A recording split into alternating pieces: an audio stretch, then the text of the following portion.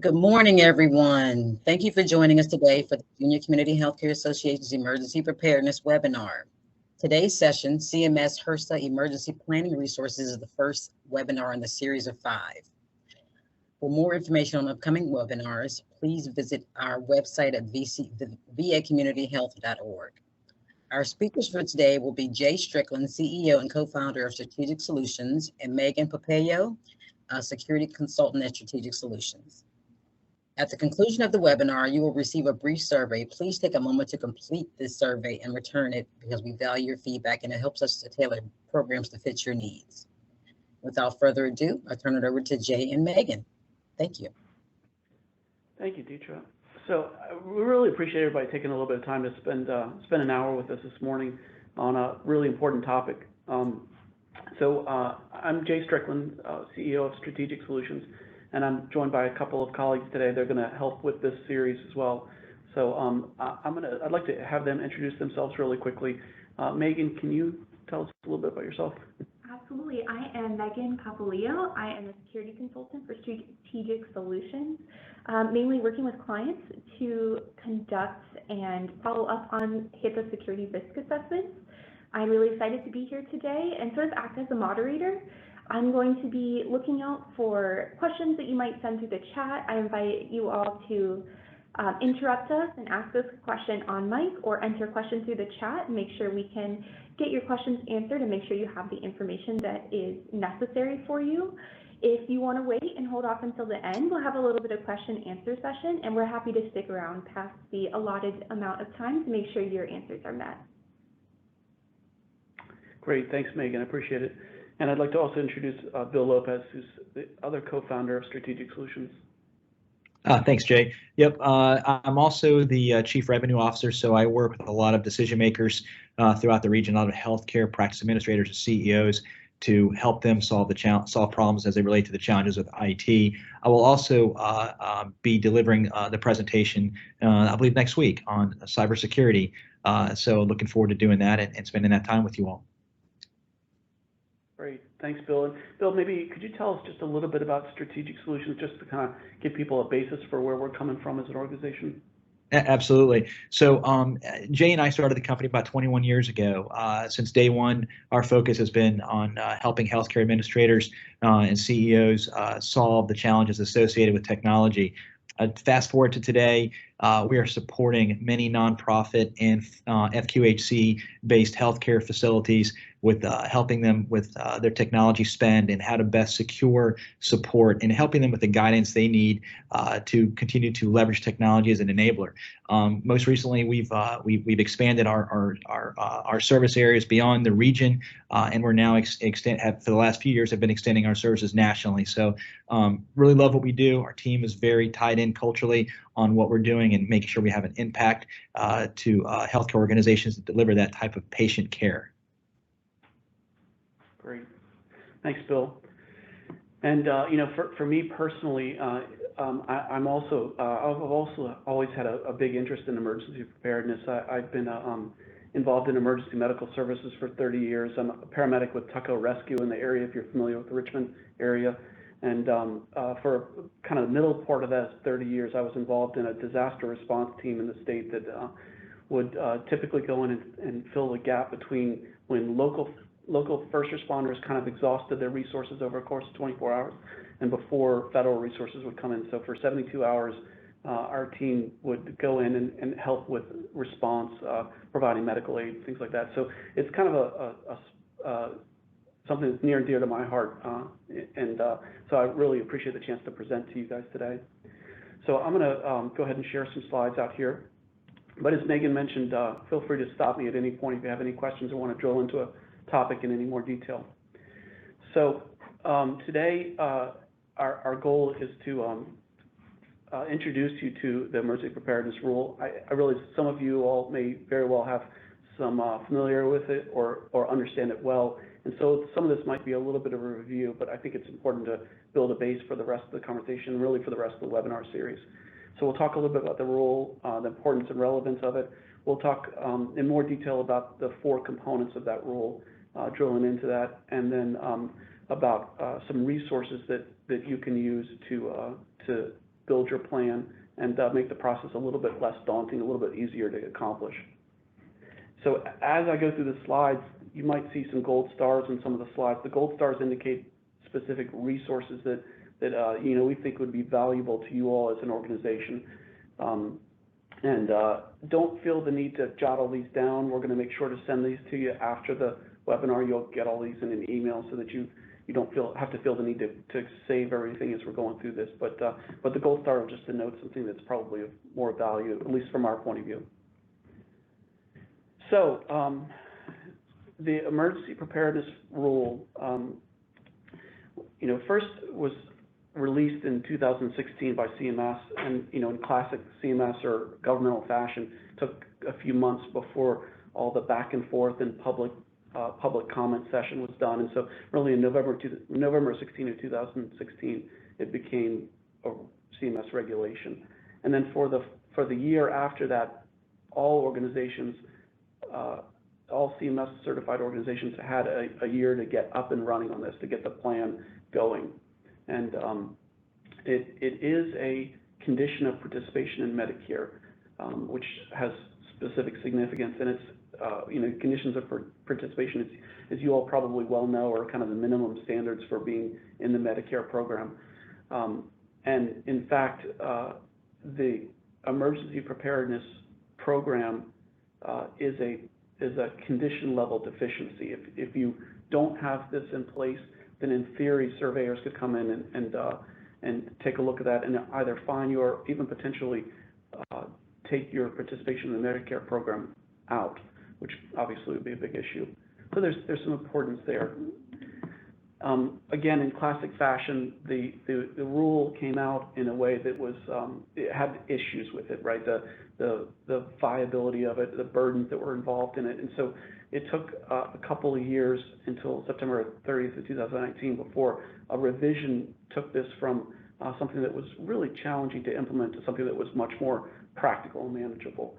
And I think it followed the same pattern as HIPAA and the Affordable Care Act and EHR incentive programs. When those first came out, if you recall, a lot of those were, you felt like you were just checking the boxes and just doing what you had to do to be compliant.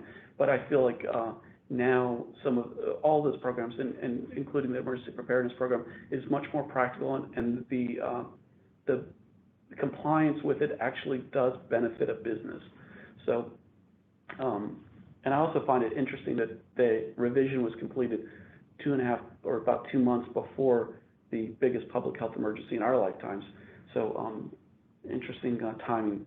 But so thought we'd talk a little bit about why this would be important to you. We mentioned the conditions of participation already. So there's a mandated compliance piece of this that's important, and there is a survey or program to go around and actually look at compliance and measure how organizations are doing to actually prepare and be ready for emergencies. But I thought to make it a little bit more practical, we'd talk a little bit about the what the goals are of the program. So safeguarding human resources has got to be the number one thing. People first.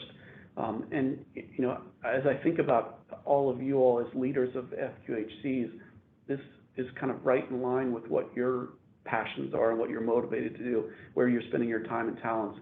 So, I encourage you, as you think about the Emergency Preparedness Program for your organization, to think about, obviously, people first.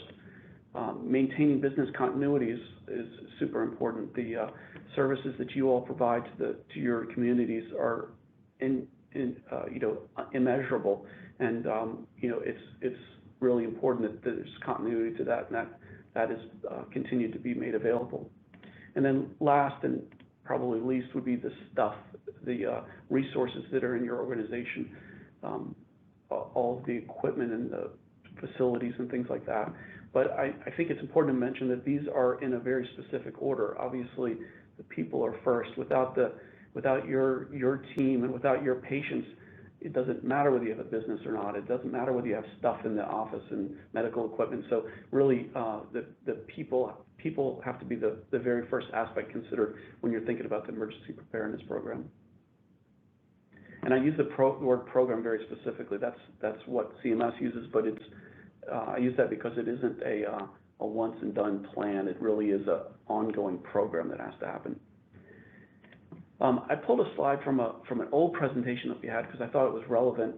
In addition to mandatory compliance and the benefits to your organization, there's also a business impact to it.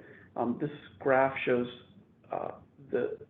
the way that different types of organizations respond to crises. And you'll notice that when a crisis hits, for the first couple of months after it happens, both organization that responds well to a crisis and an organization that responds ineffectively to a crisis are both negatively impacted.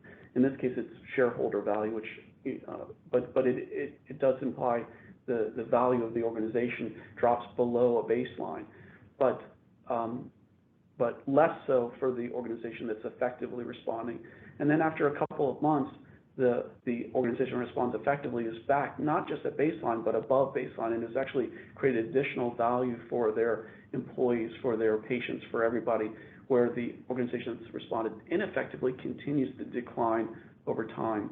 And so it's a pretty profound difference, and this is real world data. And I thought I'd share just a quick story. One of the offices in our organization in Joplin, Missouri, actually was impacted by the EF5 tornado back in 2011, if you remember that.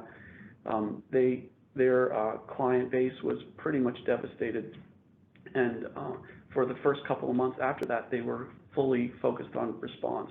Now, they were able to respond well and quickly, and ultimately ended up doubling their customer base and increasing their business dramatically as a result of the positive response that they had in that particular situation. So I think there's some real world meaning to the idea of being prepared and being ready for whatever may come, not just to get back to baseline, but to actually excel. So the slides that I have in here that have a little bit of yellow on them are slides that I pulled directly from CMS. So to talk a little bit about the program itself, the Emergency Preparedness Program, there's really 4 key components to it, and we're going to drill into each of those, but assessment and planning, policies, procedures, communication, and training and testing. So let's dive into those in a little bit of detail. So the risk assessment and planning is obviously where it all starts. In particular, CMS dictates an all hazards approach to assessment and planning. All hazards is a little different than what we used to do in the old days. And when Bill and I first started in this business, and we were helping healthcare organizations prepare for emergencies, it tended to be a separate plan for each type of hazard or each type of crisis that might be there. But over the years, collectively, the whole emergency preparedness community has kind of gone to more of an all hazards approach, where you try to build a plan that works for almost any scenario. Certainly there's nuances to that pertain to particular hazards, but the all hazards approach is key to the CMS Emergency Preparedness Program. And their definition in particular is a little bit wordy, but it basically just encompasses that concept of considering all things that could be risks for your organization. So, like for example, in the Central Virginia area, there's a hazard mitigation planning district that's run actually by Virginia Tech. It's under the guidance of FEMA, and there's planning districts all over the state, or all over the country for that matter. But in the central region, these are the particular hazards that they've identified as a district-wide approach that need to be handled. And so, that kind of brings me to the first gold star item.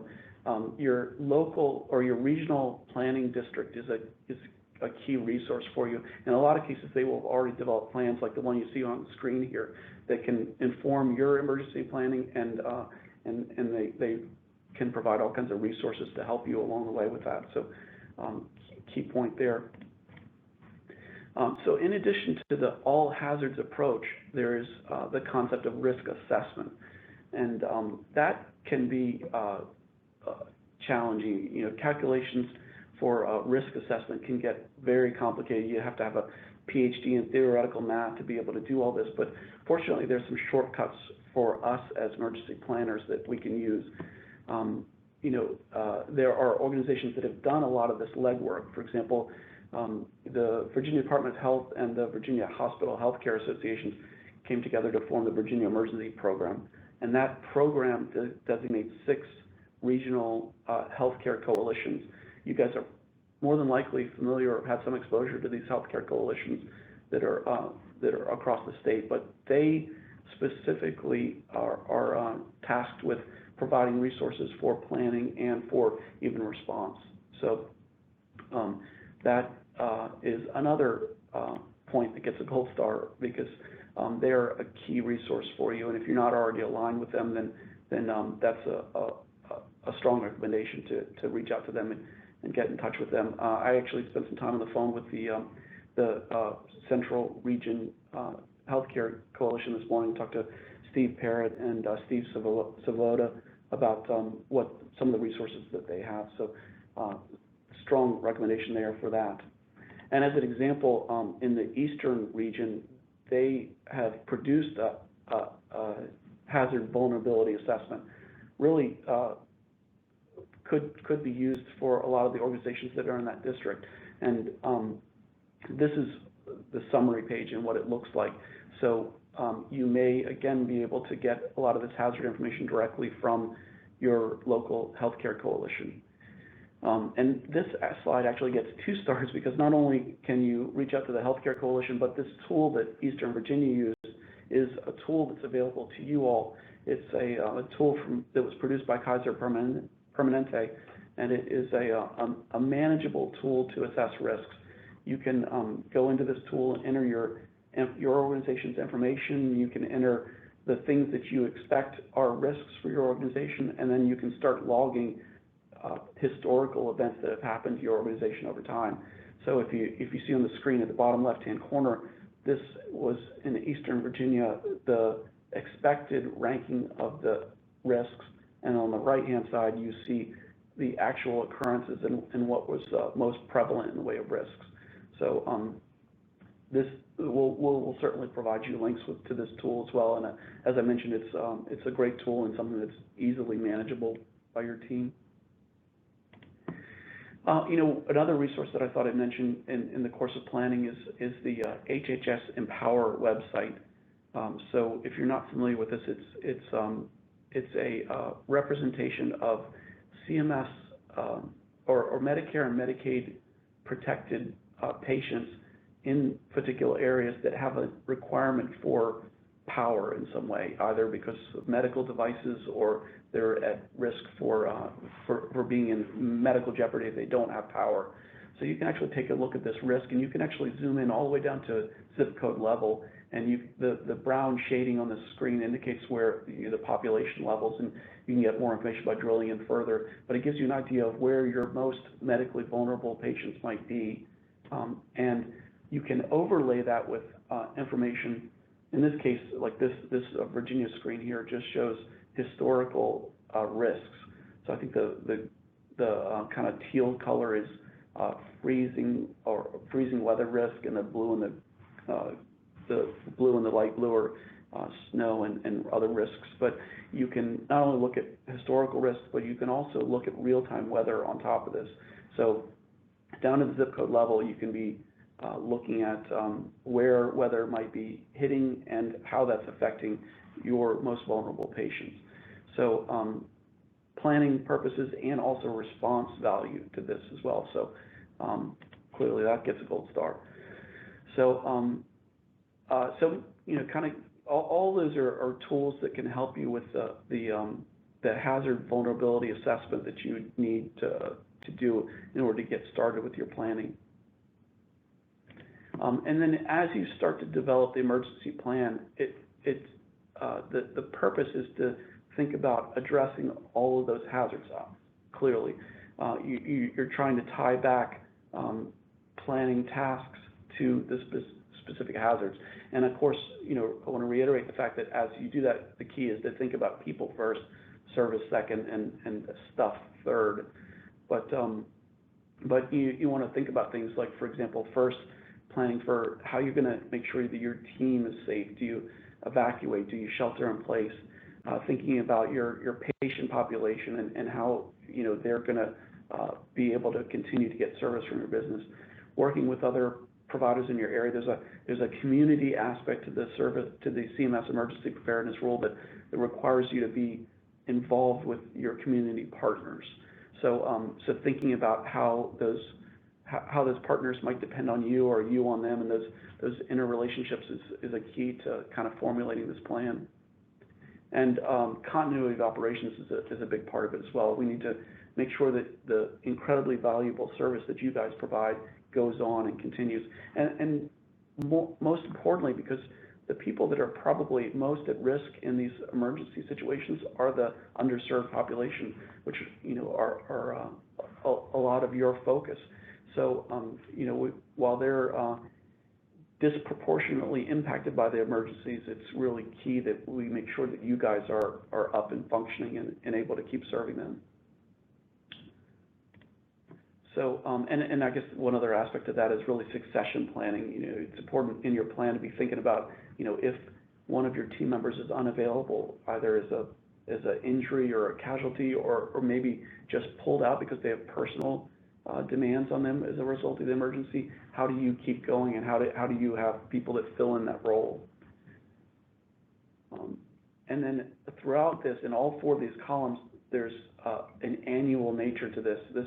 This is something that you'll want to be looking at annually. I think our guidance for most of the organizations we work with is that if there's any material change to the organization, if you open a new office or change electronic health records or have a different service offering within the business, any of those things would probably be a reason to go ahead and relook at this plan. But if none of those things happen, it's kind of business as normal, then at least annually this should be reviewed for new hazards that might come up or things that need to change in the plan.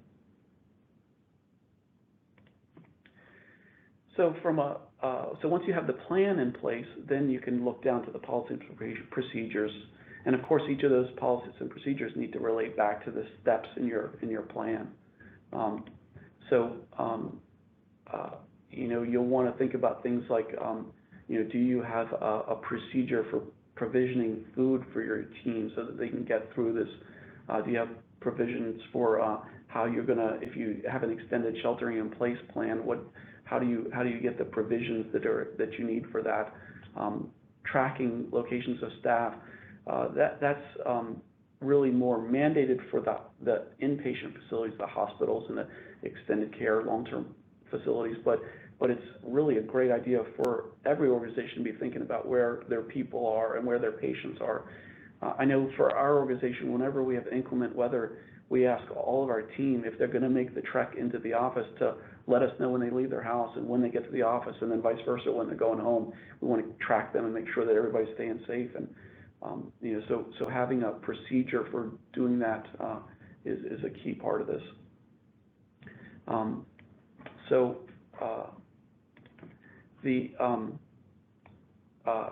The other aspect, as you're thinking about planning or producing procedures for this, is that while oftentimes I think all of us think about the hazards that we might face as a singular item, whether it be a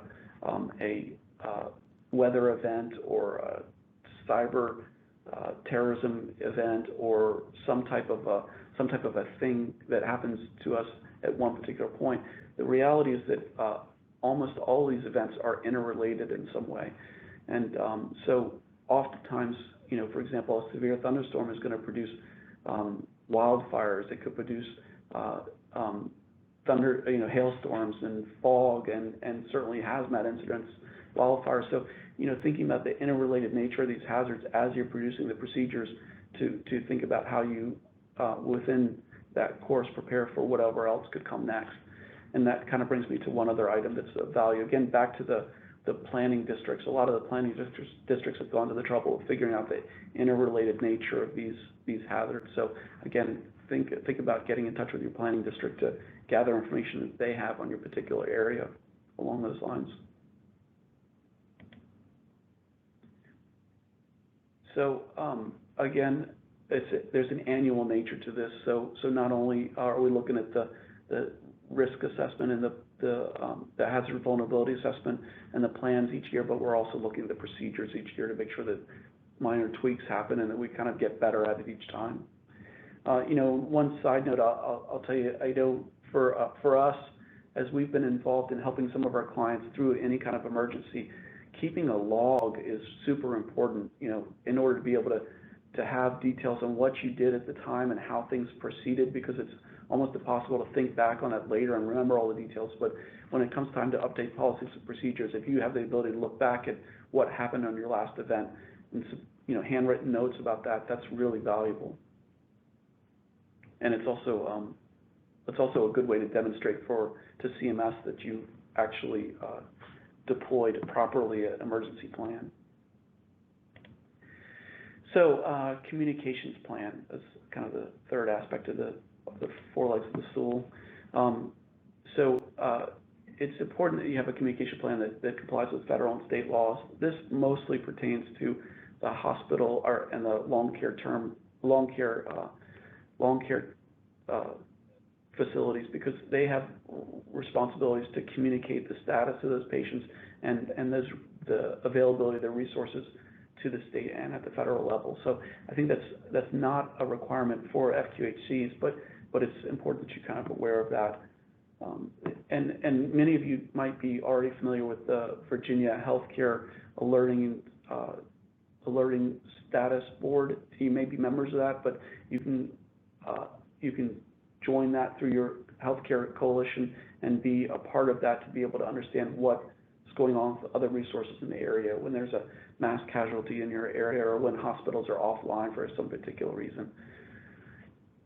So the second aspect of the kind of the communication plan is thinking about that within your own facility, making sure that you have a easily accessible contact information for all of your team so that you can get with them, and not just their singular phone number, but a second method to communicate with everybody. So that if in the event that you have a weather event that takes out cell phone service in the area, you have some other way of communicating with them. But having that together in a whatever format that you can put your hands on, maybe not even electronically, maybe in a red binder somewhere is really a key part of this. Thinking about ways to communicate electronic medical records when potentially your EHR system is down or you have limited access to it, because either accessing those medical records or getting them to other organizations, if you're moving patients or covered people that you deal with to other organizations, how do you do that in the situation where you don't have ready access to your EHR system? And just like all the other pieces, this one has to be reviewed annually and updated as well to make sure that you're keeping those contact numbers up to date and you've adjusted for any people coming into your organization or leaving as well. So the last piece of this is really around making sure that you actually embed the program, making sure that your team is trained up on it, that they're familiar with it, that they know what to do when the disaster hits, and testing that to make sure that you're constantly tweaking it and getting it to be a little better, making sure that that everything that you put into it is manageable and that you can actually go through that. So CMS actually requires this be done twice a year, once as a full-scale operation involving community members, and once can be a smaller internal organization. Even at tabletop exercises can work, but it needs to be not only testing the plan, but also testing your team's ability to implement the procedures on that plan. So as I mentioned, those drills need to happen annually, and the one exception can be that if you have a legitimate activation of your plan and you keep good notes on that, then that can serve as your test for the year. So you may not need to do a local or a full-blown plan if you've gone through some form of disaster, or activation of plan, I should say. So you know, again, the healthcare coalitions are incredibly valuable for this. I figured I'd just mention to you that there is a scheduled a communication plan test on June 1st in the Central Virginia area, and this takes literally 2 minutes. It's a window of time from 9 to 12 a.m. on June 1st, but you can join into this call, just demonstrate that you're able to get into the system, to be able to listen to updates, and they typically will ask you a singular question just to have you communicate something. It may be something like, who provides electrical service to your organization, so that, and they tend to keep that information, but they're trying to ask a question that makes you think about the emergency plan in some very limited way. But this can check a box for at least some aspect of community testing. So check with your local coalition to see what they have on their calendar coming up for training. These organizations also do full-blown, massive exercises that you can participate in. I know the one that's here in the central region has pretty high participation from organizations in that. So that can certainly serve as one of your tests for the year. And you know, as I mentioned, not only is this something that has to be done annually, but we're trying to make sure that you demonstrate proficiency, that the plan works, and that your team is actually trained on it. So a key aspect of it is making sure that you keep records about the test and how that went, so that you can demonstrate that back to any surveyors that come in from CMS. So those are really the 4 pillars of the program. I thought I'd go back and just recap some of the resources and add a few more in here as well, just so that we got them all in one spot. You know, we talked about the healthcare coalition, your particular local healthcare coalition, clearly something that brings a lot of value to this particular topic. The FEMA planning districts have a lot of information that they've collected about hazards in the area, so definitely a resource for you. In fact, like I said, they've got plans published on the internet that you can go out and look at that would probably be a lot of the information you'd want to pull into your plan. Virginia Department of Emergency Management is a resource as well. They have outreach programs to help all businesses, but in particular healthcare, manage during the crisis. This really applies more to cybersecurity, but the Virginia Fusion Center from the Virginia State Police is a public-private fusion center where information from all across the state comes in to address cybersecurity issues. Bill will probably talk a little bit more about this in his session. Dominion Energy, not something to be overlooked, and really any electric company, but Dominion's got the lion's share of our state. But they have both historical and real-time information that could be valuable to you. From a planning perspective, this particular graphic is the power outages that happened during the Hurricane Irene back in August of 2020. So thinking about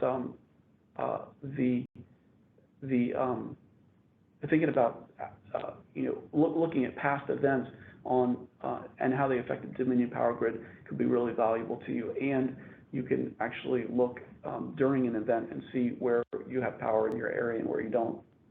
We do that for our clients all the time. I mentioned the HHS Empower website, again, both from a planning perspective and from in the heat of the moment response perspective. It can provide real-time valuable information as well. One thing we didn't mention earlier, but communication obviously is key in these events, and a lot of times everybody's on the phone, and so the landline systems and wireless systems as well can be jammed up with a bunch of calls and events. We've heard about that happening September 11th and on other times of the year, other big events in a particular area. But there are 2 programs through the Department of Homeland Security that the FCC designed, one for landlines and one for wireless phones, that you can certainly be a part of as a healthcare organization.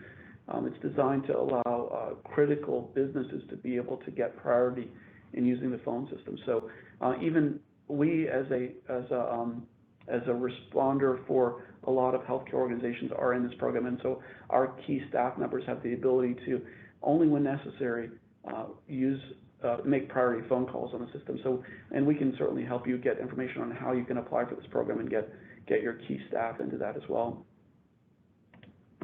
And last but not least are the two sponsors of the program today, Virginia Community Healthcare Association and us at Strategic Solutions. We're all ready to help you guys in any way we can with this, pretty daunting, large effort